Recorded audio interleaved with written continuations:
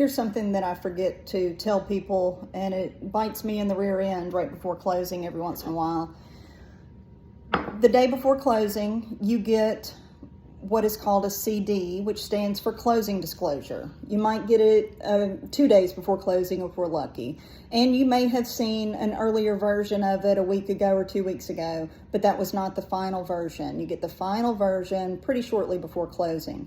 What the closing disclosure is a settlement statement that breaks down where every dollar of the money is going. Some's going to the lender, the attorney, the seller, the realtor, and the attorney is responsible for taking every dollar and making sure it goes to the right place.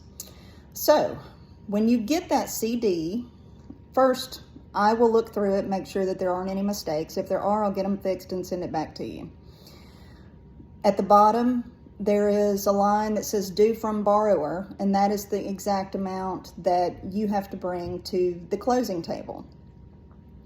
You've been given estimates, you have an idea of how much you have to bring, but you don't know down to the penny what your check needs to be for until right before closing.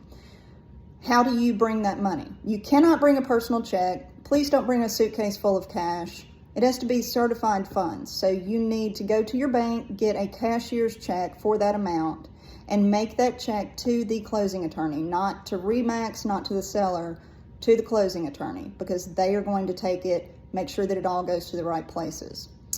You can also wire the money. If you do that, you need to call the attorney the week before closing and get the wiring instructions. Call your bank and call the attorney, get the wiring instructions.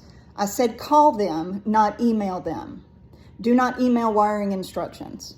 Do it over the phone. If you get an email or a text message or any other communication about wiring, call the attorney. Do not communicate electronically about wiring ever. So, CD, day before closing, has the total amount. We make sure it's right, and then you need to get a certified check made to the closing attorney for that amount. Also, before we get to the day before closing, you might want to look at your driver's license and make sure that it's not expired, because if you realize at the closing table that your driver's license expired yesterday, guess what? We ain't closing today.